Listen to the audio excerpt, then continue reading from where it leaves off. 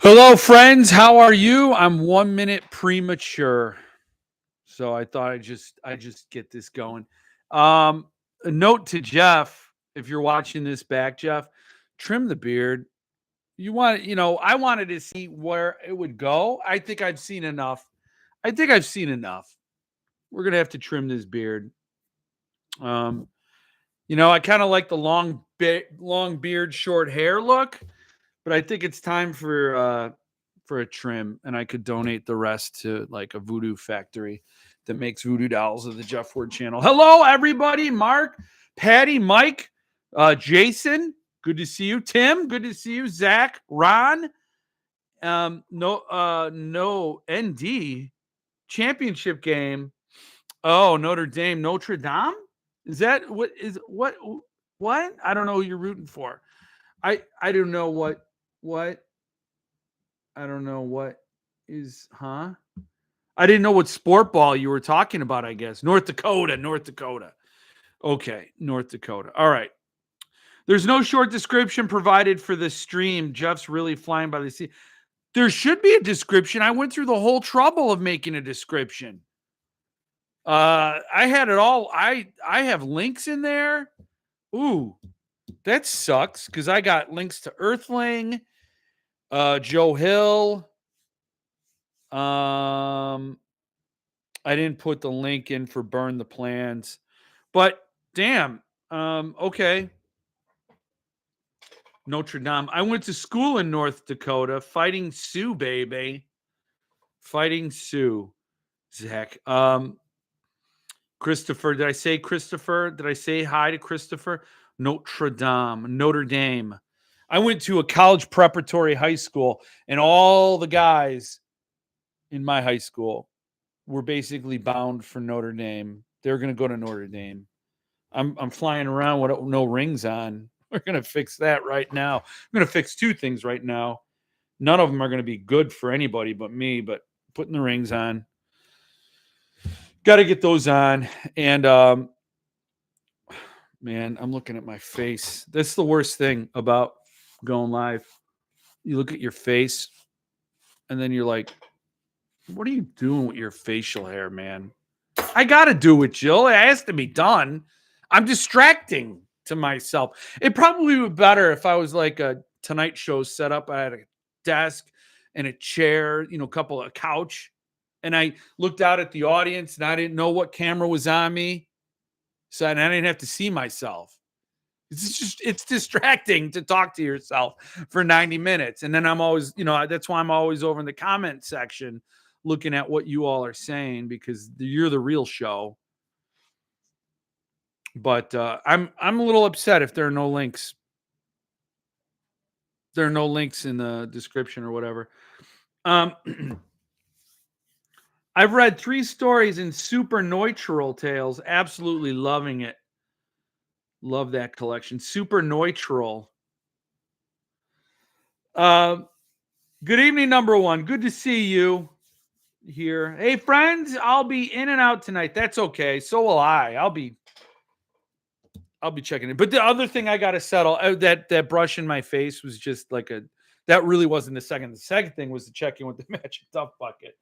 What magic do you have for me, Magic Bucket of Duff? What stuff do you have? Oh, yeah. Yeah, I really got to hit Mitch up for a resupply. But also, I've got to get my chapbook order in, Mitch. You're probably seething. You're like, this guy's something else. So yeah. So White Russian, beautiful stuff. Beautiful stuff. Look at that. Awesome. I'll muddle through. I see links, but no usual self-depressing blurb about what to expect. Oh, that should be there too. So I don't know. Maybe I accidentally deleted it. Maybe it was too emo, or I don't know. Maybe I hit the cringe circuit breaker with myself, and I finally beat myself. Ian Rogers' Blacklands story. Yeah, the super neutral. You guys are Ian Rogers fanboys. You guys, I've seen a lot of love for Ian Rogers. There's Every House is Haunted, that Twisted Retreats book, which I got on the waiting list for that. And Twisted Retreat should send you a little kickback, Tim and Sean. But you guys should get some, because that I got on the waiting list. And Gray, a lot of people love Gray, and then the super neutral tales, and of course Family, which I've read. But you guys are mega super fanboys. I would say the way the winds of the market, like, here's the thing, I don't have to completely align with the market to understand where things are going to go. So, for example, Jonathan Jans, or Jonathan Jans, I don't know how to say his last name. Jans, sure, Jan. He has a big fan base. A lot of people like him. And it's just, that's just not me. I'm not there with him. But I can recognize that I think his stuff will sell well and do really well. And I think the same thing. I like Ian Rogers more than Jonathan Jans, just put it that way. I thought Family was a very original haunted house story. It was weird at first, and right around the middle point, it hits another gear, and it's like, okay, the book found me. I found the book. It just hit a stride. It's hard to extend a lot of leeway to an author you've never read. To go halfway into a book, that was only the power of Earthling. Only because Earthling did it, published it. And then Mitch told me the ending was spectacular, so I had to hang on for it. So that's what made me persevere. But I got to say, it was touch and go. If this is a book I got at the library, but I'm here to tell you, it hits another gear, and you're like, okay, now I'm in the story. So Ian Rogers, and I got Gray sitting on my shelf, which I have to read, because a lot of you all said it's funny. So it's fluctuating on my TBR. If I didn't get Little Heaven by Paul Miller at Earthling, that kind of knocked some stuff around on my TBR. Oh yeah, Brandon, if you're around, I meant to do the poll today. That sounded bad. I meant to put up the poll today. That still sounded bad. I meant to put a poll up on the Patreon about the next book club book. Because I know what the next book club book will be after. The next one after this will be Third Rule of Time Travel. So we're going to do one, and then we're going to do Third Rule of Time Travel, because I am stoked to read that book again in the form that the final published form. Love that book so much. So very much. Oh, and Fantasia is going to be taking pre-orders in a couple of weeks, according to Diana on the Jeff Word Facebook page. She commented, and I said, when are you going to do orders? She goes, the next couple of weeks. They don't have a date set, but in a couple of weeks. The book comes out March 18th. You only got a month, and pre-order a month ahead isn't crazy. And I thought they wanted to get that book out a week before the trade so they could be the official first edition. I'm not sure, but they could take pre-orders any day now. And I'm there for Fantasia. So Third Rule is going to be the book club book after this book. So it'll come out March 18th, and then everybody will have time to read it before it'll be made the book club book.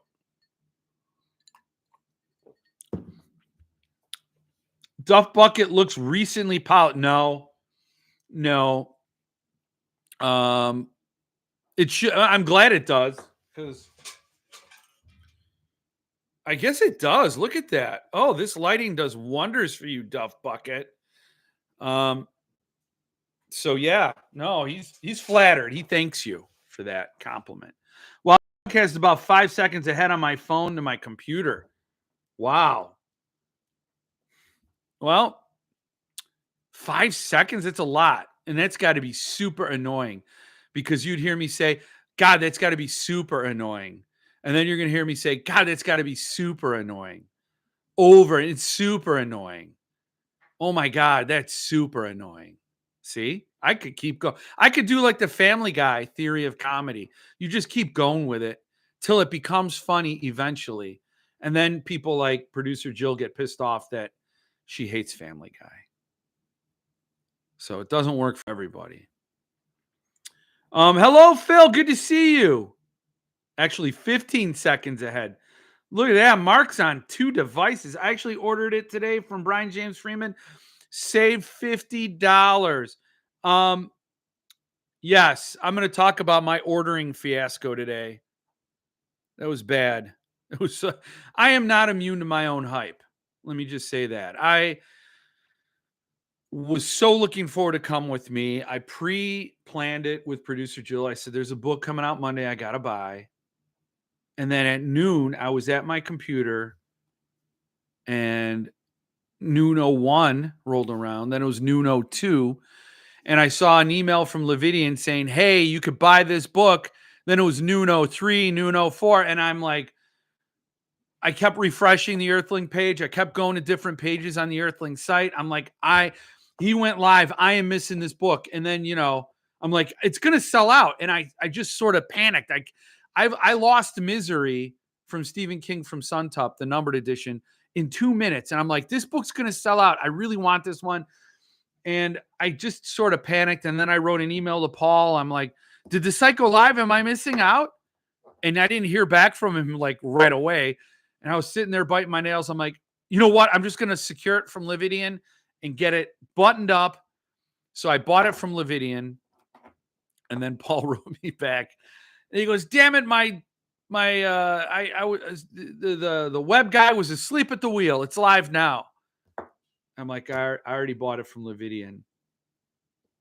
I succumbed to my own hype. I panicked at the checkout. And so I bought it. But Brian James Freeman is completely sold out. His supply is gone.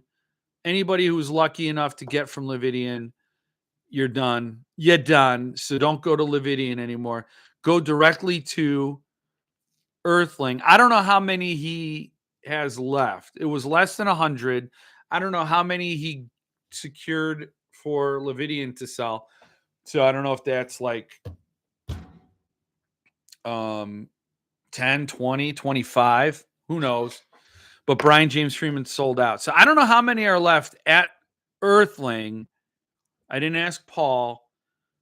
But Malfi, man, I don't know. The Small Town Horror was awesome.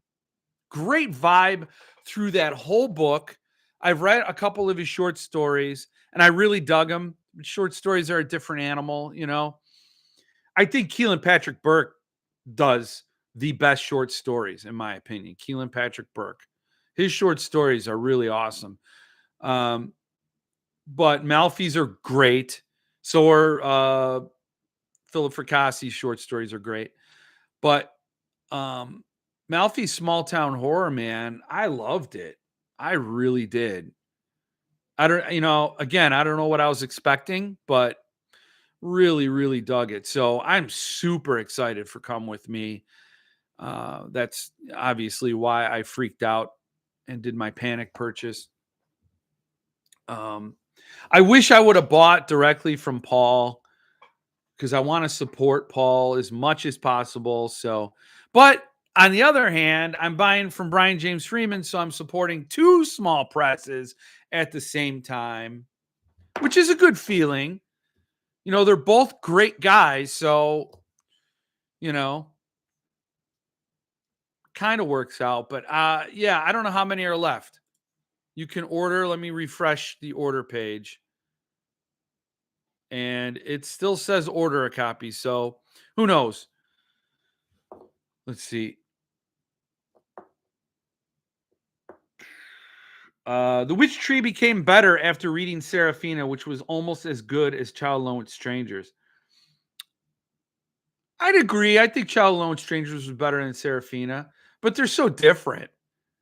Uh, the thing I loved about Child Alone with Strangers is it was longer and had such crazy escalations that I think that really, and the dream sequence in Child Alone with Strangers, the dreams that each of the people have, super cool. I thought that was awesome. It reminded me of Nightmare on Elm Street, and I really dug that part of the book.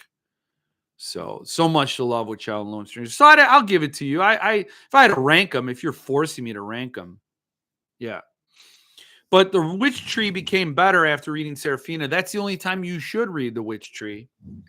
Although I guess you could. I don't know. I have to reread both. So Gray is hilarious. What's before third rule, Patty? That's I gotta put the poll up on Patreon.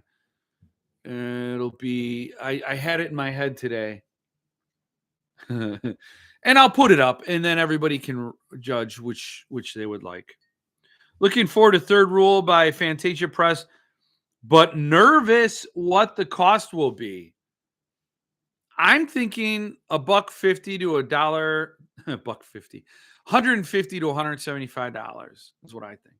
Surprising that both the artist and numbered of Born a Man and Woman remain. I couldn't order my copy fast enough, but guess my excitement wasn't shared. I saw a lot of grumbling about it, Ron, concerning why did you do the short story and then the short story in this collection?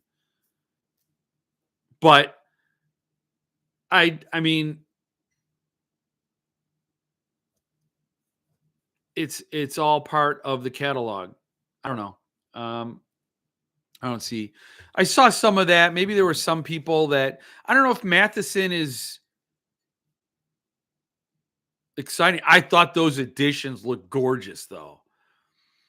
I've only read I Am Legend, so I don't have a real bond or affinity for Matheson, but his I Am Legend's epic. That is an amazing book. So perhaps I should be more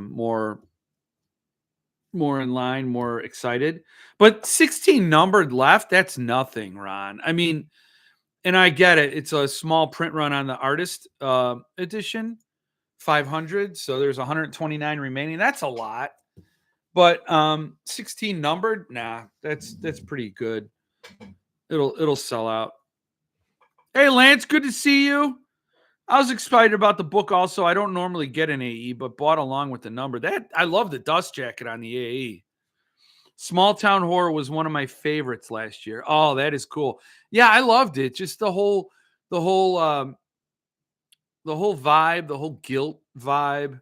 I've often had, I don't know if this is there are some dreams that are pretty universal. I think a lot of people once they graduate high school or college or whatever, you always have a dream that you're plopped down. It is now the finals, and you have to pass a final for a class you've never taken, and you sit there and you have to um, bluff your way through an exam and hope you get a passing grade, so you don't have to repeat the course. It's a common dream for a lot of people, but I have a recurring dream where I've murdered somebody, and now I have to hide it, and I'm going to be found out, and I worry about being caught and being thrown in jail and not seeing my family and my kids anymore, and regret and like, why did I even do that? What did that person do to me? Like this whole big drama. So um and it's usually like something I did in the past and now I can't get away from it, and they're going to figure it out sooner or later. And uh it's so funny because when I read Small Town Horror, I'm like, wow, I can relate on one level with that book, because being, there are different bonds you form with people. I've never murdered somebody with friends, Never did that. But I can imagine that's something that unites you forever. You share that horrible secret and you can't escape it no matter how hard you try. And seeing those people reminds you of your worst possible day. And yeah, I think that sort of that inescapable, like, because you can't change it, you can't change the past. And to have something like that burrow into your present and your future is oppressive. But that was a brilliant book. We can make Come With Me a book club read along this year. It already has it traded it. Yes, that is true. Hello, Mitch. Good to see you. Matheson rocks, but that Suntup edition doesn't appeal to me. Can't afford them all anyways. I wonder about the Treasure Island and One Flew Over the Cuckoo's Nest. Yeah, me too. I wonder how those will sell. I don't know if those are the ones because I actually didn't reach out to Paul. I don't like the way this setup looks. I just don't like it. I didn't reach out to Paul to do the interviews like I mentioned last week because it's just not. It's kind of an insult to him. Come With Me is so good. Is it? Jeff, I read Malfi's Come With Me when it appeared in trade paperback and enjoyed it. I think you'll be pleased with the story. I haven't read any Malfi that has disappointed, though. Some are better than others. Yeah. My brother-in-law has been reading Malfi. He kind of etched Malfi out as his own. He's like, hey, what do you think of Malfi? I'm like, I never read him. So then he started reading them because he's like, well, I'm going to read somebody that Mr. Smartass Smarty Pants YouTube channel's never read. And sort of take ownership of that author. And then I read Small Town Horror. He's actually borrowed my copy of Small Town Horror to read. But he loves Malfi.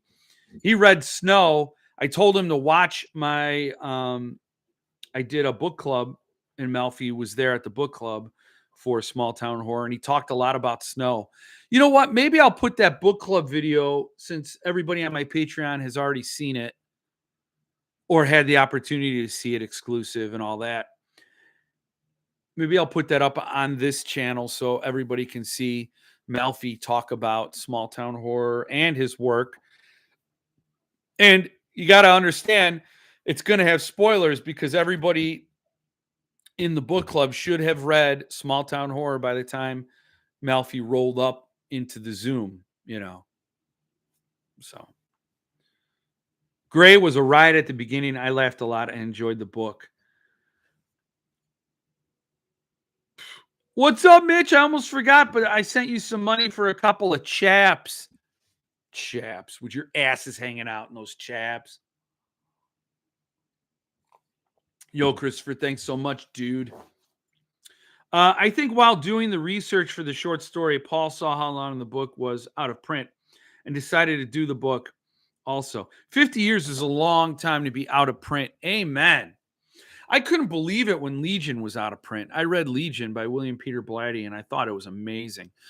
And at the same time, I'm reading all these piece of shit books that get a lot of marketing push from publishers. Of course, they're just trying to sell dead trees. And I'm like, how is Legion by William Peter Blatty out of print? It just didn't compute. And this Drek exists. And then Suntup did it. It's an awesome book. Love Legion. I got to do a reread of Exorcist and Legion back to back. Why not? I also want to do Off-Season and Offspring back to back. I think I've never read any Matheson, but I'm interested now that I know he wrote some of the best Twilight Zones. Yeah, the guy was an icon, a real cornerstone of horror and horror sci-fi. So yeah, Matheson. I've probably read more Matheson than I realized. I used to subscribe to Twilight Zone magazine. Loved that magazine. And then when it folded up, I was a subscriber right to the very end. And then it became Omni. Like, I don't even think, so Twilight Zone had these subscribers. and they were not going to fulfill that year's subscription. So the remainder the remainder issues were Omni agreed to fulfill that. So obviously they were looking to gain new subscribers. But I remember getting Omni going, this is no Twilight Zone magazine. This doesn't even compare. And here's the thing, I think I cut out a lot of pictures and hung them up on the wall. So I don't even have those Twilight Zone magazines anymore. But I used to read all the short stories in them. That was ages ago. Evening, Nick Dean. Good to see you. I Am Legend is a good book to read from Matheson. It's amazing. It really is. I mean, you get to that last sentence and you get chills. But I think when you read it, here's the thing. Like, I think it's always good to read the books. Ideally, you read the books in context of when they were written. I Am Legend was probably mind-blowingly amazing at the time because it is so unheard of and so unique. I think I could be wrong, but in a world where we're watching when we're watching The Walking Dead, and you got 28 Days Later, and you got all these different takes on zombies and vampires and vampire zombies and zombie vampires. And you got all this, it's just been, that earth has been tilled to death.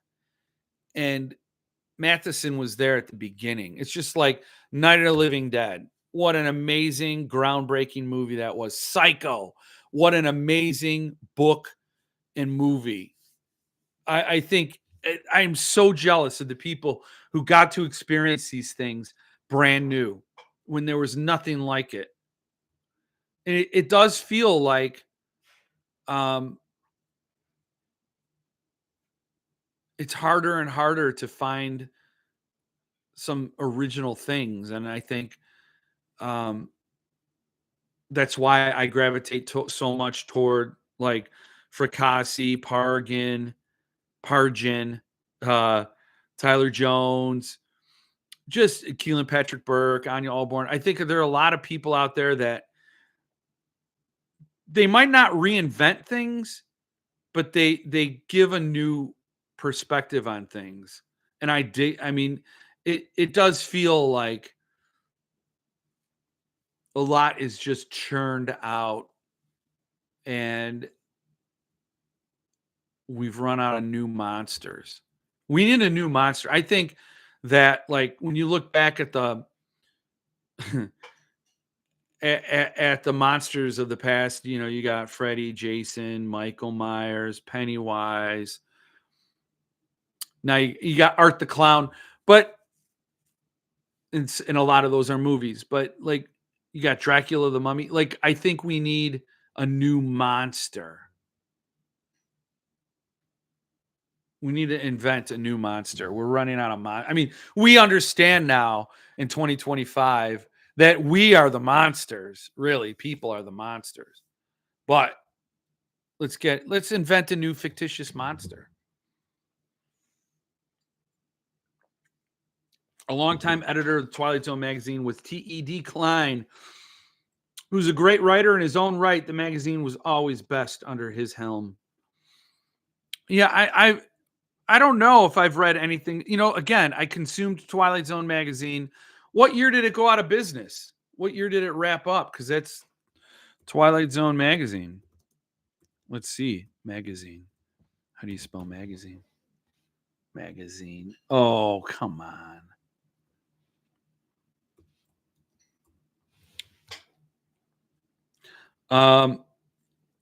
eBay.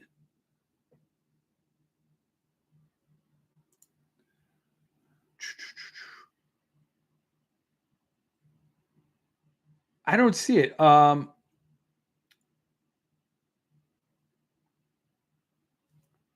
What?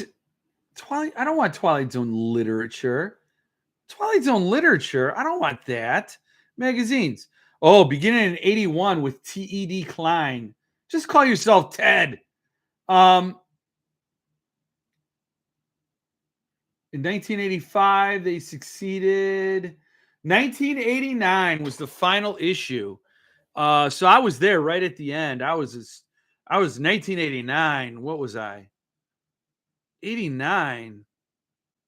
I was a strapping 17-year-old. I was 16. I was going to turn 17 later in just a couple months. I was going to turn 17. I was a pile of crap, but I loved it. I loved it. Twilight Zone, I would get it. Get it all the time. I subscribed, and I really loved it. 17-year-old little punk kid. I might have submitted a story to them. That's probably why they went out of business. They're like, let's just roll up so we don't have to have an awkward conversation with this 17-year-old. Jeff, Paul was extremely kind to give me a complete set of 5 postcards for Night of Long Knives because I ordered multiple copies. Wow. I greatly value having Rare Jones collectibles. That's awesome. You want to talk about Paul? Paul, I was talking about Little Heaven and you know, that beautiful. Do I got to show you again? Because I will. I did a whole video on it. The modern classics line, Little Heaven, and what an amazing production it is. Just like next level Earthling. And I talked about reading it, and Paul sent me this. He said, it's not a review copy. It's just one of the trades they had sitting around. He goes, I had a couple of trades sitting around. I'll send you one so you don't have to ruin your your pristine copy of Little Heaven. Because, you know, him and we're friends. He's a great guy. And wow. So don't ever question Paul Miller's character. He's just such an awesome dude. Just a great guy. And yeah, you buy multiple copies of Night of Long Knives and he hooks you up. He's such a great guy. He really is. That's why he's one of the 6.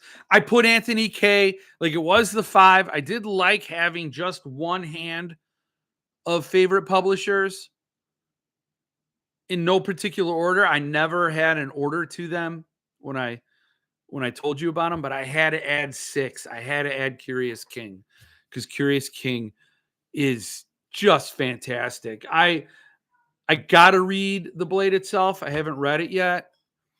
And the 5th season, but I wish Anthony K did more books that I read, like from authors I already read and already respect and love and look forward to, but he's more sci-fi fantasy, and that's definitely a Venn diagram, you know, sci-fi fantasy, horror, you know, that all literature, it all does blend, and there's Jeff right in the middle, but not so much sci-fi fantasy. Like that's just, there's an end of the spectrum there where it does connect. There is overlap with me. So yeah. Yeah, so that's that. I think Klein left in 85 or 86. Yeah. Hey, look at this. Stephen Wayne Allison Jr. is here. Great to see you. Yeah, I didn't get my Night of Long Knives yet. Here's another way Paul Miller is awesome. I did not buy Midas direct from Paul Miller. I traded Jesse Garcia my copy of Marla for his copy of Midas. And then I got that number. So Paul, when he was hooking me up with my copy of Night of Long Knives, he said, I don't have your number on record, Jeff. You know, he's kind of looking askance. And so I'll match your number if you tell it to me. And I'm like, wow, I didn't even get it from him. And he's looking out for me, following through on what, you know, he didn't have to. He totally didn't have to. Yeah, Midas and Marla are both out of print. As is Serafina. Yeah. I just looked that up. A complete set of postcards, Mr. Weapon. That is the dream. Yeah. Yep. Yes, I want those. I think, yeah. Greetings and jump scares. Finished Blackwater and loved it. About to start Boys Life. Feeling like a virgin on a first date. You went all the way. It's not just a first date. That ain't the only first. Well, good to see you, David. So, I got to read Blackwater. Blackwater, though, is such a big chonker, and I only have the numbered edition from Suntop that gets pushed to the back burner a lot. But I do got to read it. Blackwater and Boys Life, a couple of my favorite of all time novels. Damn, Ron, you just bumped that book up on my TBR like a volleyball. How did I don't know how they do it. I tried volleyball. I tried it. Not good. So yes, so there you got that. You got Earthling. There's a lot to get. You got to get Nine Along Knives. You got to get Little Heaven, and then you got to get Come With Me. Those are the ones. Those are those. It's Earthling, man. Earthling's on fire, and I heard through the grapevine from very reliable sources. Yes, I know I sound like Alex Jones, but Earthling's got some great stuff on the horizon. I imagine I'm going to be very happy that I secured a Come With Me, a number for future titles in this Modern Classics line. I have a feeling I'm going to be thrilled that I did that for many reasons. For many reasons. I think we all should be paying attention to that Modern Classics line and everything that Paul Miller is going to get published, get put out there. So mark my words. And Altman's Tongue should be shipping soon, but I think the only reason my Night of Long Knives was delayed was because Paul couldn't match the number. So I need to read Blackwater too. Paul Miller has earned my respect as a publisher. Yes, he has, and everybody's. I think he's introduced me to more new authors than any other. Well, I don't know about any other. I guess, I don't know. But when I think of my absolute favorite new authors, they've all been introduced to me via Earthling. And I will always support his press. Paul Miller is my favorite publisher for sure.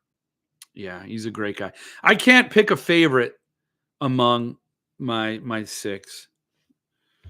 Paul, Jared, Brian, Anthony. It's like a boy band. It's a boy band. Yep. So, yeah, I'm not immune to my own hype, and it caused me a little bit of panic today.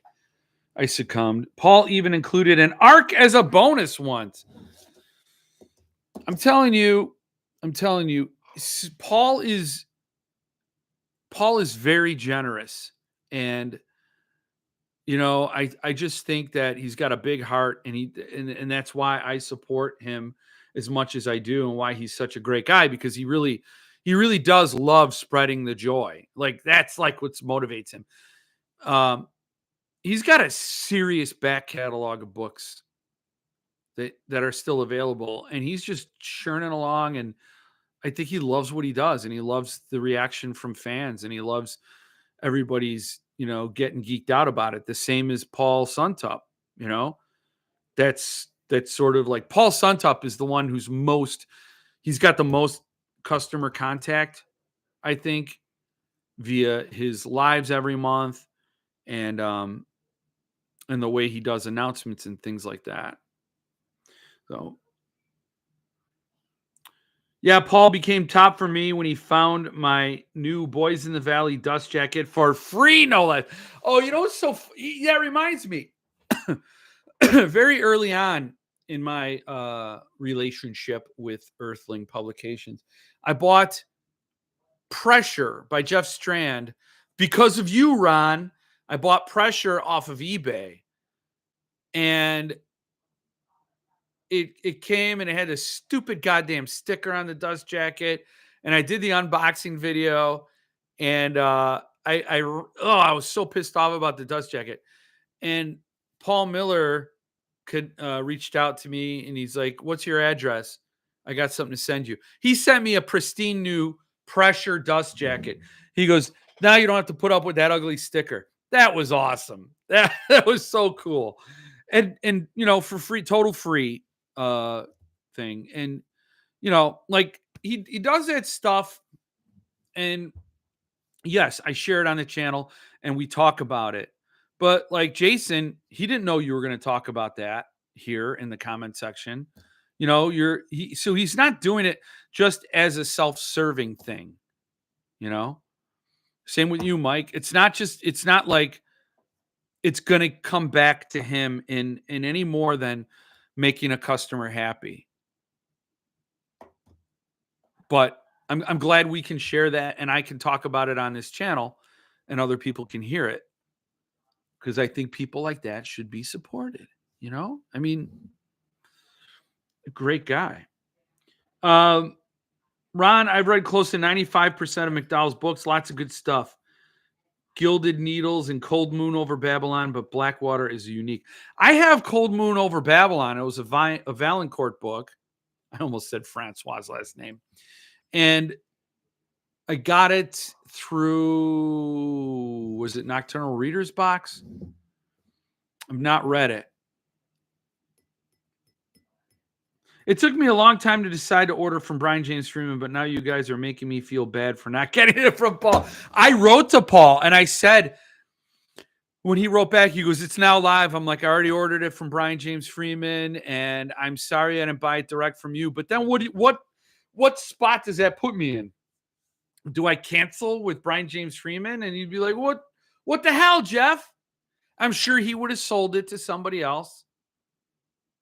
Or he maybe not would have. That was in English. Or maybe he wouldn't have. And then I would have canceled with him and gone back to Paul. I should have just waited the other minute. But I really did think I wasn't in the right spot, or my browser wasn't refreshed, or some technical voodoo was keeping me from the title direct from Earthling. And it was just too much. And then here is this link that's working. It's like, this works. You can get it. You can lock it in. You can guarantee it. Because the thing I was dreading was waiting and waiting. And then Lavidian sells out. And then Earthling's like, what? Why didn't you, it was sold out. Of course, I would have reached out to him and said, I'll buy a PC copy at full price. And then you could mark it JT under the designation, and then it would match Little Heaven, which would have been my plan B, but I was really worried. But no, Mark, you shouldn't feel bad. But now I really, really need it to sell out at Earthling. So I need it to sell out to really feel good, selfishly. Jared is my favorite publisher, probably because I've been with him the longest of the small press publishers. He was able to get me on the list for the unsigned Elric books when I missed the pre-order. Jared's a great guy too. I mean, oh wait, did I not say Jared? Did I say Jared? Paul, Jared, Brian, Anthony. Those are the 6. I like how I just do Paul, Miller, Fry, Suntup. David agreed. McDowell is great. I still have several from his backlist, including pseudonymous titles to read, but I'm getting there. The timestamp on the emails was a 5-minute difference. Yeah, it was. In fact, I saw Lavidian's. I got Lavidian's email like right at noon. I was sitting, well, maybe not right at, I don't know. When did I get it? Lavidian. Oh, that's my order confirmation. Um,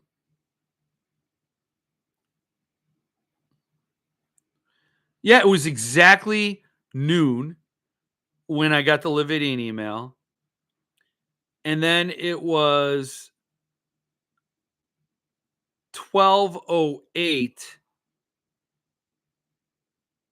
when Earthling's email came through, but by that time I was already corresponding with Paul, and his email was 12:09. When did I send my email to Paul? I think I sent it at 12:08. Yeah. I sent him an email at 12:08. I waited 8 minutes. There was an 8-minute difference in my inbox between Levidian's and Paul's. But what I didn't realize was that when I sent an email to Paul, he had he must have just sent the order information. I don't know. It's weird, but yeah, it was a delay, and I did fully expect this to sell out. Less than 100 copies remaining, and Ronald Malfi is an author who's getting more attention, and I think I've heard a lot of love for his work, generally speaking. There are different favorites, but there are no disappointed fans. Oh, it was a 6-minute difference. I wonder how many Earthlings has left. I know, me too. Sub Press sometimes announces early too. See, but the thing is, Brian James Freeman was right on the dot. He's probably like, I'm going to coordinate. Paul Miller's going to go at noon exactly, and I'm going to go at noon with my batch. And so, sometimes I've seen where I'll get an email from the publisher, and then in at the same time there will be a Cemetery Dance, a Levidian, maybe Sub Press, where they're all like, we all have this book, and we're everybody's pinging their customers. Did you order from Levidian? It was from Brian James Freeman's Patreon. Yeah. But it was through Levidian. So yes. Wow, just checked, and the homepage of Fantasia Press now has the wraparound dust jacket for Third Rule of Time Travel and an order date of March 2025, but not sure if new or if I missed it before. Well, now what do we got to do? Now we got to go. We got to go to Fantasia, and we're gonna look. Welcome. Okay. So this is let's see. Let me pull that over here. Share screen, Fantasia. So this is what Ron's talking about, everybody. So coming March 2025, signed, limited, illustrated. We have seen, and it's been shared before, the cover. So that's been shared on Philip's Facebook page and the Freaks and other places. Watch for updates here and our Facebook page or Fans of Fantasia group. I mean, I'm almost positive I'm subscribed to the newsletter.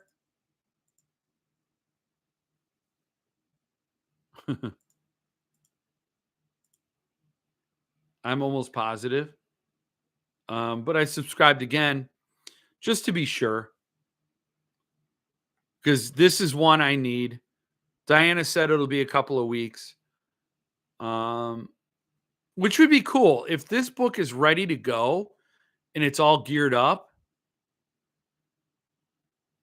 Um, that means you'll pre-order early February and you'll get it early March. So 1 month. That would make a lot of people happy. And I saw Francois signing the signature sheets, maybe doing a doodle. I don't know. I don't know if he's going to do that. So I don't know. Maybe he will. Many don't know McDowell wrote the original Beetlejuice script. Oh, other writers were brought in to hone it down because it was thought that McDowell went too far. Oh, that's awesome. That's funny. That's hilarious. McDowell. What else? What else do I have to talk about? Oh, I don't know if there are any I gotta do away with that. I don't know if there are any Joe Hill fans, and if there are people that are here that don't subscribe to my newsletter. I posted this at the Water Street Bookstore.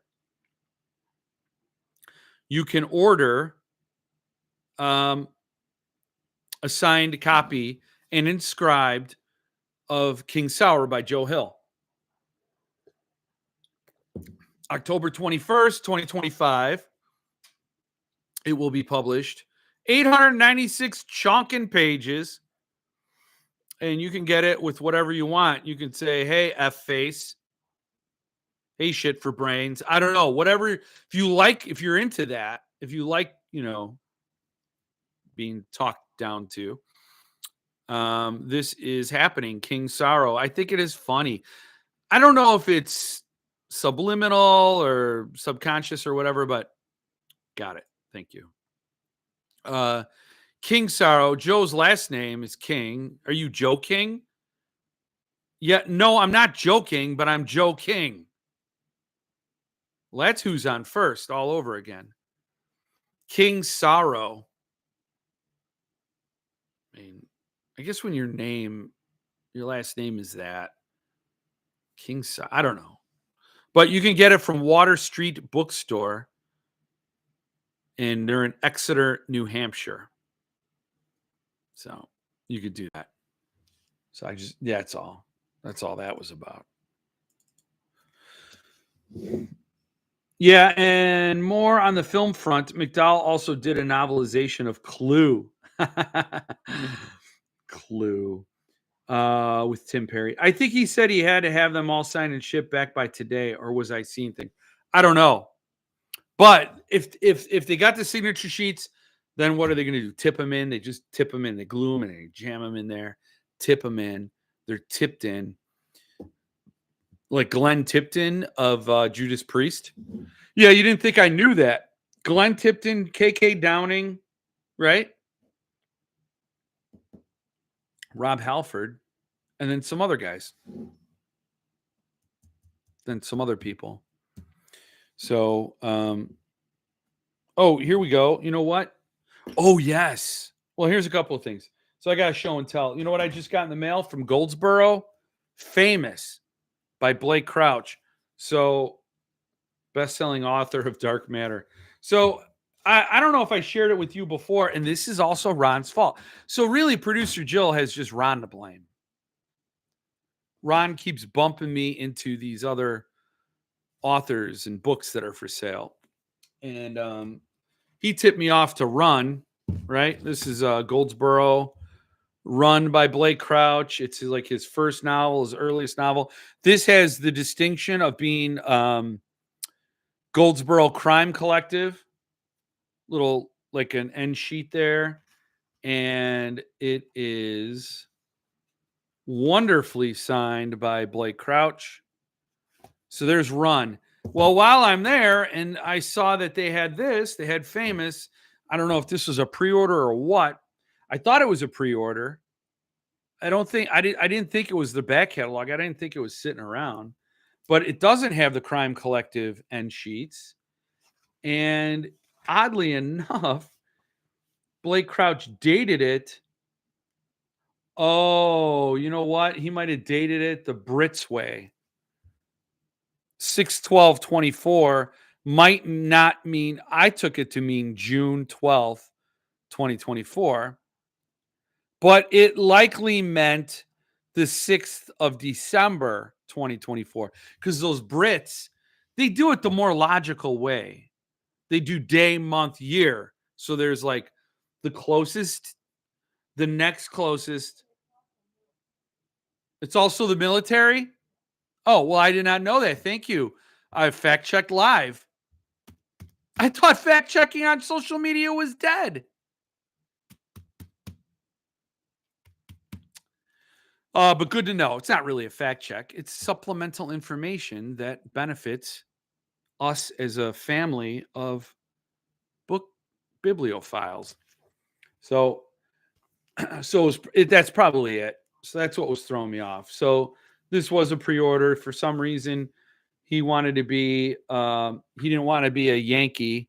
He wanted to be a Brit, a Limey, and because it's Goldsboro, and he probably wanted to be in alignment with his host country that was doing this book in the UK. So he dated it. I don't know why he didn't date Run, but there was one other book that they were doing. Was it Upgrade? I don't know. There were other ones that were Goldsboro signed, and I didn't get them. I missed out on it. It really does bum me out because if I'm gonna get them, I should get them. Oh, I like that. I never saw that. It's alternating yellow and white. That's cool. That's fun. It doesn't hurt anyone. It's not gonna hurt you. It's not taking your frame. Not buying it a beer. Not renting its shoes.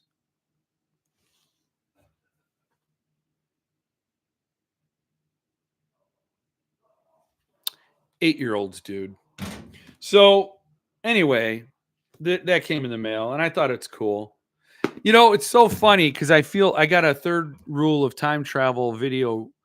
I gotta edit and upload my book review, which is long overdue, and I gotta upload it. And I spend a lot of time comparing Third Rule to Dark Matter and saying what a superior book Third Rule is.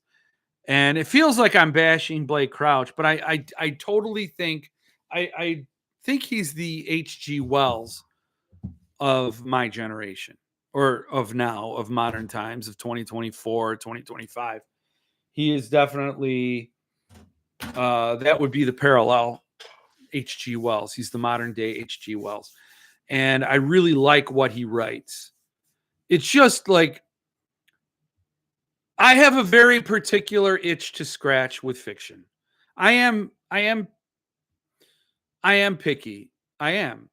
And I think that's why like I don't I get really upset when I read a bad book. I get really mad.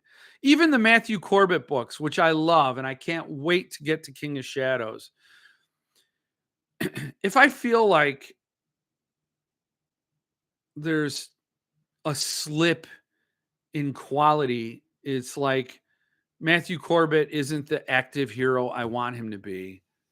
Uh it does I get that in my head, and it can tear the it pulls the curtain back, and it exposes the author, and it makes me question the author in my brain as I'm reading a book where I'm supposed to be immersed in another world, and I'm questioning, why isn't this hero acting like a hero? I have an image of a hero in my brain. A hero is somebody who's very active in their own world or life or series of events. You can't consider a hero somebody that shit just happens to. And fine, then Matthew Corbett's not a hero. He's not a protagonist. He's the vehicle. He's the lightning rod that attracts all the attention.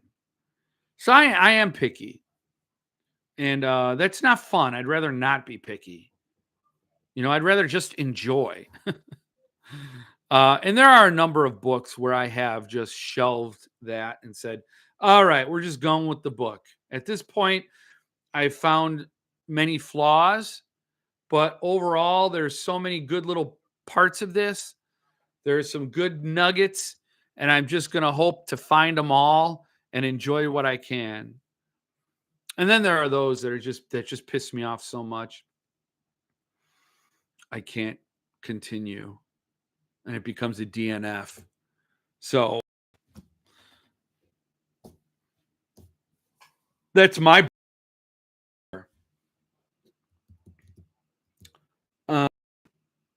I knew about Clue. Hard to find a copy that's not super expensive. I found McDowell on my own, but it was Jeff who led me to Boys Life, sharing in anticipation.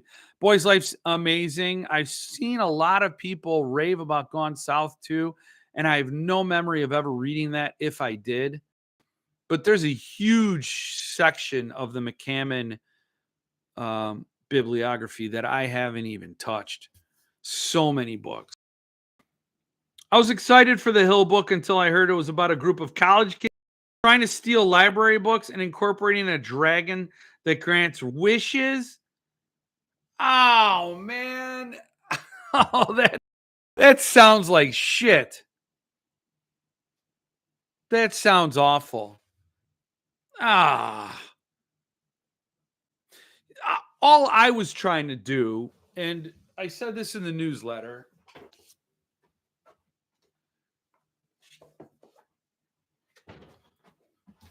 But a long time ago, when I planned on reading a lot more Joe Hill, Full Throttle came out. This is his collection of stories. And Water Street Bookstore was also taking orders for signed editions. So I had Joe Hill inscribe this to Jeffing Off, which was the former name of the channel. And I never read this. I did read the titular story, Full Throttle. Or just Throttle. It's just Throttle. Okay, with Stephen King. I read that in He Is Legend. And I read Fawn. I read Fawn in here. Or no, I read Fawn in At Home in the Dark, the collection by Lawrence Block and Subpress. That's where I read it. So I saw that King Sorrow was being sold by the same bookstore. They were doing the same thing. I do like when authors have relationships with independent bookstores. I love supporting independent bookstores. So I went for it. And I got it inscribed to the Jeff word. I was going to have him write F. Dick Chiz, but maybe he knows who that is, and maybe he'd be mad and wouldn't do it. But that would be funny to get Joe Hill to write F. Dick Chiz. And or I'll have him sign it to Dick Chiz, which would be funny all on its own. And anyway, but that's a bummer. If I had read that description, I probably would have shut my browser, walked away. So anyway, Hill's last novel, The Fireman, was his worst. I wonder how this next one will turn out. The Fireman was his last novel? Well, I have it, and I've never read it. I got the PS Publishing edition. I bought it on a whim. It was actually severely discounted. It was totally discounted. It was like I don't know, half off or something. So I had to jump on it. I like PS Publishing. It was at the PS2, but I did hear a lot about how Fireman was much maligned. The least favorite out of a lot of Joe Hill's catalog. Actually, it was Jill trying to make it look like you aren't an idiot. Nobody could do that. She's got superpowers? She just lets me have all the rope I need to hang myself. I'm about to finish Nosferatu, and I'm really loving it. Also about to finish The House by Bentley Little. Not necessarily loving it. The House. Oh. Is it common knowledge, or I shouldn't say anything? But I guess if you're on that tier, you already know. And if you're not on that tier, then it doesn't even matter, right? Because you can't buy it. But the next guest author chapbook from Levidian, I saw that. I'm like, oh man, his guest author chapbooks were like, there's a Robert McCammon, there's a Joe Hill, and who else did he do that was really cool? Well, he did the Bev Vincent ones, What's in a Name, and whatever that other one was. It was the foreign titles and the working titles for Stephen King books, illustrated by Francois, authored by Bev Vincent. Those were cool. Those guest chapbooks were cool. But now I'm getting a guest chapbook. Well, it can't be as bad as Mr. Purple, right? Nothing could be as bad as Mr. Purple. Oh man. Has anybody read them? Have you read them? How is that? All I Care About Is You is a great story by Hill. I'll read it. I'll keep that in mind. I was surprised it was a Little book, well, but they go back a long way from CD, and Little sells a lot of books. I don't know how. Little on the secondary market is like almost worthless. If you look to sell, like, I don't know, let's see right now. Let's do it right now. eBay. Let's pull up the store. Bentley Little. Levidian. Let's go with the best copy available. You could buy it now for $88. Let's see what the completed listings. Completed. $70 for a PC copy. $105 for a numbered. Wow. Then there's one for $57. It's sold at $57. Most of his other sales, they're not even well, I'll share it. I have the tech disposal. So there are only 2 complete sales for the Levidian. $70. It's a PC. Buy it now. Boom. 105 or best offer. So somebody just didn't want to waste their time with an offer of $90. That's what I would have done. 90, 85. Or I would have said one just sold. Well, oh, Mr. Nick Dean. You sold it for $70? That's awesome. And then went one down here. They didn't even bother saying Levidian. $57. But look at this. Most of it is $6. $6. The return. That was the stupidest book. Hey, there's the house, Mr. Hull. And look, the store and the house for $10. What does an eyeball have to do with the store? So, yeah, the general bullshit prices that Bentley Little gets. $6. The Resort. Ooh, what's that? The Circle. $25 or best offer. I had that book. I still have it, but my daughter ruined it. I told her she could do whatever she could draw on it, do whatever she wanted. She had an idea for creating a cool book cover. It didn't work. The book's ruined. I could never sell it. It's not signed. It's just a trade edition.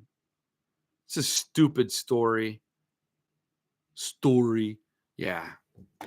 Yeah, I had a lot of White Russian.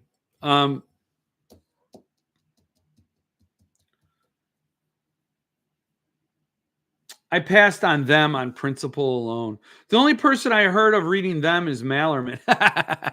I went to Goodreads. There are some good reviews. And they're like, for a first novel, this is great. And so I guess they're qualifying their praise. They have been disappointing to me, except for the McCammon. I could care less for the chapbooks. Yeah, the Children of the Bedtime Machine. The Haunted was good, but the house is kind of not my thing, really. Hey, Jason's here. Jason, I saw you commented on my Alice in Wonderland video. I see the comments when they come through. It just sometimes will take me forever to respond. But I do respond to each and every comment I get on every damn video. Because if you took the time, I'm going to take the time. And I'm not getting thousands of comments a day. So it's easy to keep up with, and I promise I will get back to you. Um, but good to see you, Jason. Hey, John Robinson, Jeffy Poo. Jeffy Poo. I used to be called Kins at I told you about Epstein, my nickname of Epstein, which was self-applied and it stuck, which is like unheard of, or it should not be heard of. It should just be a taboo. It should be a rule. You can't give yourself your own nickname like T-Bone. But a nickname that was given to me by the thugs I used to work with as a Teamster was Jeffy Kins. And then it was just shortened to Kins. What's up, Kins? And it was just one guy that called me that. We used to go out and hang out at nightclubs. And it was probably the inspiration for Night at the Roxbury and Will Ferrell and Chris Kattan's characters. Me and Louis Christopher, the Greek Italian guy. Kins. Oh, God. Those were great days. Don't get me wrong. Those were great days working at Southwater Market, selling produce, being a Teamster, Local 703. Local 703. If anybody out there is a Teamster or from Local 703, how are you? I was the company man. There was a graffiti war going on at the company I worked at, and somebody would go and write on the bathroom wall like "F this place," or like, if I'm walking, I'm working hard enough, whatever, and they'd sign it, the Play Babies, and then I would write, "You live up to your end, and we'll live up to ours. Do your job and get paid, the company man." And then it became this like, we didn't have Twitter back then. We had to do what we had to do on the bathroom walls. The bathroom walls have played a bigger role in my life than maybe they should have. When I was in high school, I was on the maintenance crew, and it was my job to remove graffiti from bathroom stalls. So I breathed in a lot of like brain cell erasing chemicals, which is why you have the product here that you have today. But I remember two poems from those days, and I will recite them here just to get them on the record. He who writes on shithouse walls rolls his shit into little balls. He who reads those words of wit eats those little balls of shit. That's one. The other poem I remember is, here I sit broken hearted. I tried to shit and only farted. High school, Southside Chicago, College Preparatory High School. These kids went on to become our leaders, captains of industry. And I erased their words off that wall, laughing, probably because of the fumes of the spray. In fact, there might not have been any words there at all. There might have been nothing there. And I just sprayed and huffed and laughed to make my $3 an hour as a maintenance kid. Those were fun times. Glad you were able to grab that Alice Awesome Edition. It is probably my favorite Centipede Press edition. And it's not even mine. It belongs to producer Jill. It is hers. She reads it every night with a peanut butter jelly sandwich. She has a tradition. She makes herself this big PB&J, chocolate milk, and then she sits and she thumbs through the book. This is my favorite part. And she like spits jelly and peanut butter all over the pages. It is quite the tradition, the nightly routine. But yeah, that is an amazing Centipede Press edition. Like, And Jared's like, I don't give a shit if you can't shelf this thing. Maybe you don't deserve it if you can't shelf it. I think that was his approach, but it is gorgeous. You do always comment back. I appreciate it. Oh, well, good. You deserve it.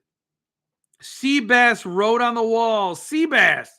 Is that Seabass Janikowski, the kicker for the NFL? Seabass. The Little Balls poem is chef's kiss. It is. That, I mean, I probably read it once. And as I read it, those words were burned into my brain better than any Shakespeare you could imagine. Because think about it, consider, if you will, my job was to remove the graffiti. I walk into the stall, I have the can, and I have the rag. I'm just there for one thing only, erase. How much time do I have with this poem, with this brilliance, with this genius? Not long. I'm killing brain cells as I'm adding to my core memory. And there it was. Chad's here. Good to see you, Chad. Creepy couch. Chad, I am so thrilled to see you, Chad. You could tell us when those next 2 books are getting published. You have 2 books sitting there, and we need them. We need them, Chad. Don't make me send Mallerman to your house, or Stephen Dwayne Allison Jr. He will do it. By the way, Jeff, you got to be picky when you're reading. It's just you and the book. Either both sides win or not. That's good advice, David. I like that because you're right. It is. And you know what? It's not to, like, I don't want to, I'll say what I say about a book. I'll review it. I'll give it 1 star. I'll give it 5 stars, whatever the stars. But I'll give my honest opinion of a book. And if that doesn't mean it's not good for everybody, just didn't work for me. And I am a little pickier than I'd like to be. I wish I wasn't. Sometimes I'd like to read a book and just, that's why I stick to the authors I do. Hello. FYI, I've been watching. I just forgot to say hello. Russell, you need to tell me you're watching early so that I don't say toilet humor, Russell. You got to let me know so I don't do bath stall poems. Like, you didn't say hi, so I'm like, okay, I can get away with it tonight. Rolled Oats won't be upset. There are people that won't like me telling you those poems. So anyway, good to see you here though. And I won't do the potty humor probably for the rest of the show, which is only like 10 minutes left, to be honest with you. Speaking of Awesome Centipede, if anyone has been on the fence about the Best of Weird Tales Volume 1, it's an amazing book and will be an incredible set once all 3 are finished. And I will say, you're not the only one to say that, Jason. I know Stephen Dwayne Allison Jr. loved it. So, yes, that is, to me, now consensus. 2 people who've sounded off both loved it. Dumb and Dumber Seabass. Oh, I haven't seen Dumb and Dumber in ages. That second one was one of ours in high school as well. What was the second one? He writes it. And then, Try to Sit. Yeah. Jeff, since Paul at Suntop has dipped his toes in literature, Cuckoo's Nest, etc., any idea if he's ever thought about doing Kaczynski's The Painted Bird? That would be awesome. I would be on board for a copy. That is a Chad Lutsky recommendation to me.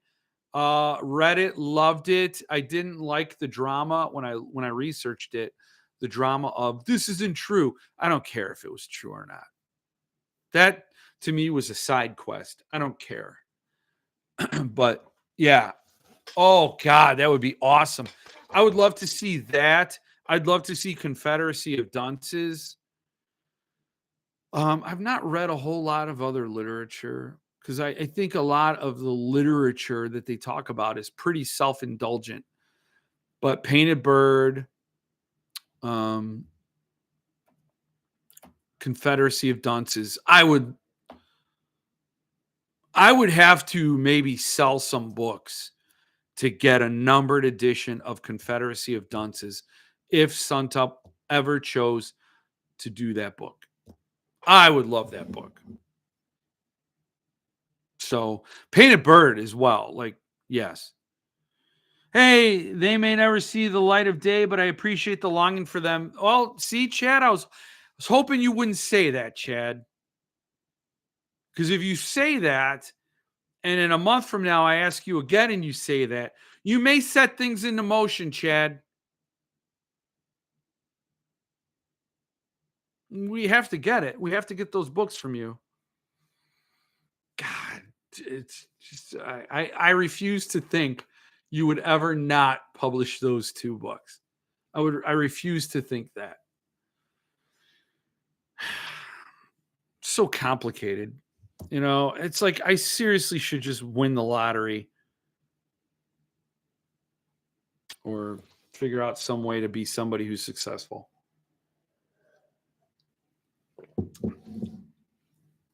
Jason, my Weird Tales is arriving tomorrow. I concur. Stephen Whalson Jr. concurs. You're going to be blown away, Ron. I'm surprised the book wasn't $100 more expensive. Huh. Yeah. You know, it's so funny. I think about what Jared charged for Alice in Wonderland and then what other publishers put out for the same price. It's like, that's the difference between the loving the work, you know, like you could really feel it. That Alice in Wonderland, and somebody on my unboxing video commented, which I have to reply to, I thought was a great comment. They said, I felt like a kid again with this huge book in my lap. You know, when you're a kid and the storybooks feel so enormous, you can't even contain them. Well, by Jared making that book so enormous, he lets the adults feel like kids again. That is so cool. You sit there with that huge Alice in Wonderland, you know, like Jill does every night with her Cheetos fingers and her PB&J and her chocolate milk. And there's a couple of parts where she laughs and flecks of chocolate milk get all over the pages. You feel like a kid again. She loves it when that walrus eats those clams. It's like the best part. Painted Bird definitely deserves a really nice edition. I have other Kaczynski titles, but I've never read them. Anyone else read any of his other stuff? No, I did not. I only read Painted Bird because of you. Absolutely brilliant book. But I'm just like you, Chad. Like, you read the one and it's so perfect that you're like, I can't read anything else by this author because you know nothing else can possibly match it. It's just like me with The Road. I read The Road. I started reading Blood Meridian, then I had to give the guy his book back, and I never got back to it. And it's like, I have a shelf full of Cormac McCarthy because I do plan on reading all of it. But you're like, nothing's going to compare to The Road. Nothing. I haven't, Chad, but keep wanting to try Being There. Love the Sellers film. Peter Sellers? Being There. Kosinski. That's how I say his name. Not Kaczynski. Kosinski. What do you do when you got two skull rings on and a white Russian in your belly, mostly? Like the sands of an hourglass. Like the drips. What do I have to talk about?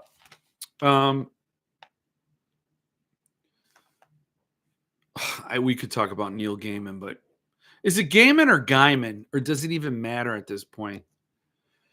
Oh, Hellraiser is coming back to the theaters February 5th. Hellraiser remastered with it's a Fathom Events thing. I'm not going to go probably, but I would love to. February 5th. Until when? I don't know, but let's look it up. Let's look at it right now. Where is it? Hellraiser. Oh, it is coming. Oh, it's only February 5th and 6th. Hellraiser remastered. Go back to where it all started. Stephen King was once famously quoted as saying, "I've seen the future of horror." His name is Clive Barker. That future was realized in 87 with the release of the directorial debut, Hellraiser, based on his own novella, Hellbound Heart. Blah, blah, blah, blah, blah, blah. This release will feature the newly remastered 4K version of the film, as well as an archival interview, Under the Skin, Doug Bradley on Hellraiser, where the iconic actor discusses his first appearance as Pinhead. Well, it's actually the Hell Priest, but A for effort, I guess. So I am very interested, but whatever. Probably won't do it. Just thought I'd bring it up to your next. Next, oh, see, you almost made me spill my White Russian all over the laptop. Next Rapture announcement coming later this week. Thank you for putting that in there.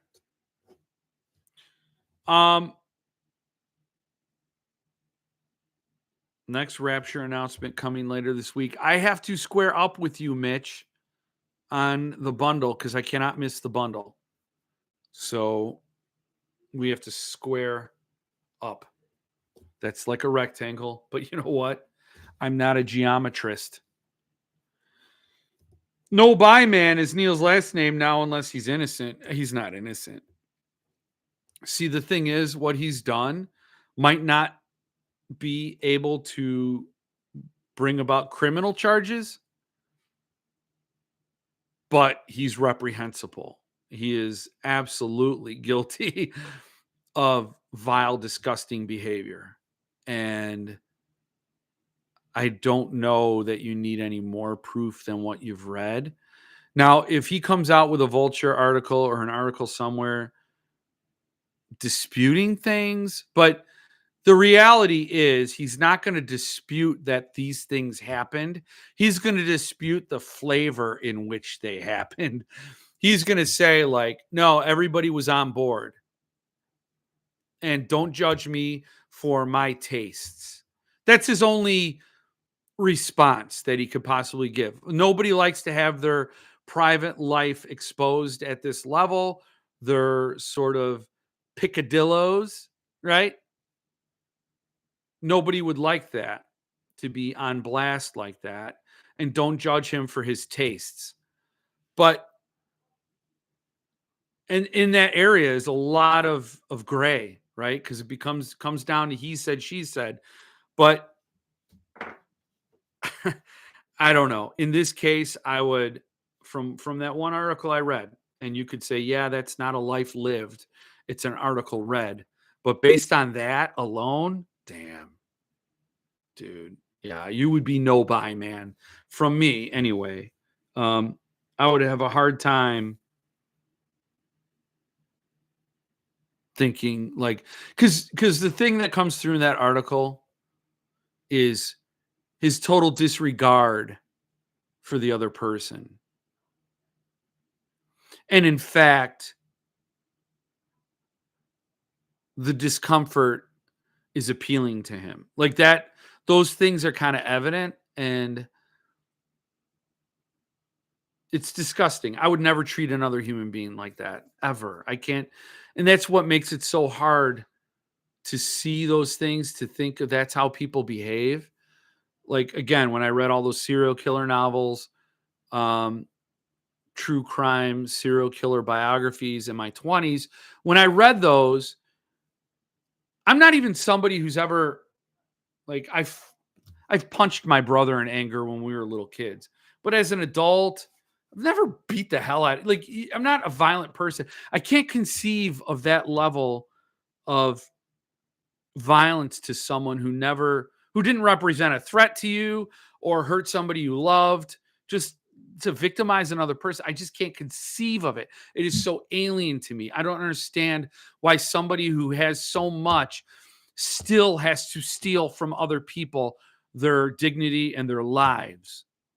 I don't understand it. It doesn't compute. It's alien to me. It's disgusting. So I don't think there's enough wiggle room for him to distance himself from the sort of behavior that I find repulsive and alien,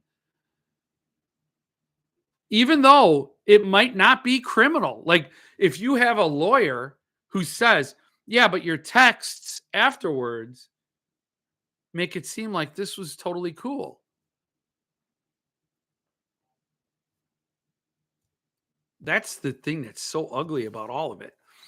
But I think it does. I think if you're a feeling, caring person, you can't relate to a brain that does that. You can't. You would. I would not want to give another dime. I would be no, not one more dime. You're done. Um,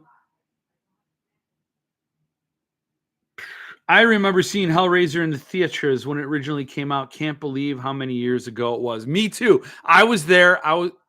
Was I there? I thought I was there. I remember seeing it really early. Here's the thing. I have a dickhead uncle, right? Real jagoff uncle, real piece of shit uncle. And I remember watching the movie and loving Hellraiser, just absolutely adoring the movie. I think I might have read the novella before, but probably after. I don't recall. I was a huge Clive Barker fan before Hellraiser was released, and I was a champion of the movie because he was the producer and the director. So I'm like, yes, this is a bona fide product of the author, gets my full endorsement. So I went and I saw the movie. I love the movie. It came out on video. I rented it or whatever. And I told my whole family, this is an amazing film. And I had an uncle who I saw a lot of horror movies with. And I played it, and he was a total dick. I'll never forgive him for it because I was so pumped. And I'm an uncle, and I know how I would be with my nephews and nieces if they shared something that was special to them and they really loved it.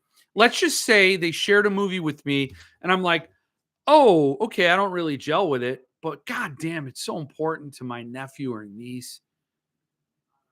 Don't you want to encourage and like be there for them? Wouldn't you want to say something positive like, wow, that was really inventive. I've never thought of that, or it was crazy. What a great movie. Thank you for sharing that with me. Thank you for sharing something that's important with you, with me.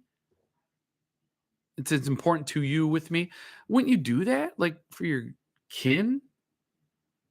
Oh, my asshole uncle. He was just like, it looked like shit. The graphics were awful. It looks like something you'd see on channel 32 in the afternoon. And then it's just like, what do? You're like, okay, thank you. Um, he already released some weak sauce after the Vulture article. I know, I saw it. I didn't read it. I didn't click on it because, again, I don't think there could be a defense of it, right? I guarantee, well, I don't guarantee, I don't know, but I bet in that article he said something like, that's her characterization, and I'm sorry she felt like that. But it wasn't like that at the time, or that's not how I remember it. Gaiman can hang out with Bill Cosby. Now, what Bill Cosby did was more black and white. That is criminal. You can elevate that to criminal because you're not going to have tech. Well, unless they did. I don't know. But he drugged people. Like, that was not even like what Neil Gaiman did was he leveraged his fame and his fortune, his celebrity, and he turned that into pressure. He pressured vulnerable women into going further than they probably would have been ever comfortable going. Um, but in some scheme of things, you can, if you're a lawyer, you could say it was a back and forth, and now she has regret, but that doesn't mean a crime was committed. So that in a court of law, but I think we all can figure out for ourselves what is acceptable behavior, what you would be willing to do to another person, and what falls outside the bounds of just general decency. And that totally does. I'm glad I didn't get American Gods. Yeah. Yeah. I have it, and I have The Ocean at the End of the Lane. But I'm never going to read them now for sure. Hey, everyone. Suave P is here. How's your purchasing going along? Was a good week. Found and bought Children of Dune. Now I'm just missing Messiah. Thank you for recommendations last week. Got Night of Long Knives and Nick Cutters. Yes. Yes. Do I have a little bell I could ring? I do have a bell. Jill, we have that bell from your dad I could ring. I got it in the basement now. That big cast iron bell with the cow head. Could ring it. I could attach it to the billies here and ding da ding. Oh, that's great. I'm kind of glad I've never read the guy. Wow. Yeah, me too. No, I was saying wow because as I was reading that, I was multitasking and reading your previous comment, which was I had American Gods ordered but canceled it. Wow. I think Paul Suntop pulled some off his site from what I heard. I don't know. I'm glad. Yeah. I picked up the numbered. I'll have to find some spot to hide on the shelf as I won't take the loss selling it. People were selling it, Lance, and they were getting published. Excuse me. They were getting published price for it. It was remarkable. I don't know who's buying. That's all right because Neil's best book was only a 4 of 5. I've never connected with him. As reprehensible as Gaiman's alleged offenses are, I find Alice Munro's even worse. Given that it was her own child, I'm surprised it didn't get more play, but her celebrity isn't as great as Gaiman's. I thought I read something about Alice Munro. I'm going to leave that alone because I don't really recollect what I read, but I do believe I saw something like that. And it's like, yeah, it gets bad when you get into a comparison. Who's worse than who? Like, it kind of makes then, oh, well, he's not so bad when really it's awful what he did. And it's even worse what she did. And then it's even worse what like he did. And, it goes on. And then you start to lose all faith in humanity. You're like, really? I've been holding myself to this standard of decency and no one else is. You feel like a moron, you feel stupid. You're like, oh, am I doing this just so I can sleep well at night? Well, other people are getting away with all kinds of garbage. But yeah, personally, the guilt would eat me alive. I couldn't do the stuff that all these people do. I just couldn't do it. The guilt would get me. And maybe that's my imprinting as a Catholic, born and raised. Maybe that's something that shouldn't be there, but I'd rather be a decent human being, I'd rather not feel like the more I can get away with, the more I win. Then bought Unbound Treasure Island letterpress from Conversation Tree and will bind it in leather. I saw they were selling the book blocks, the folding gab, the F&Gs or whatever it was, the text block, the book block, and then people are going to rebind them. That is cool, Suave. That is awesome. Please, either, if you're on Facebook, go to the Jeff Word Facebook page. I'd love to see what you do with it. I'm here for it. And lastly, got a copy of Scanner Darkly Numbered Edition for $400. And No Reply has Telltale Heart, hardbound, no slipcase, and got that one. Last one for this month will be Suntup's Edgar Allan Poe number. That will be my budget before my wife kills me. You have an insanely generous, awesome budget. I got Poe sitting there. I got Scanner Darkly sitting there. When I saw Scanner Darkly, I must confess, I was my brain, my body, my soul. My body was here. My soul was already turning around to grab Scanner Darkly to share it with everybody. But then you said Poe, and I'm like, I got Poe too. I named my dog Poe. Well, I didn't name my dog Poe. My dog was named Poe. The dog I got against my will was named Poe against my wishes. And now I play ball with that dog hours a day.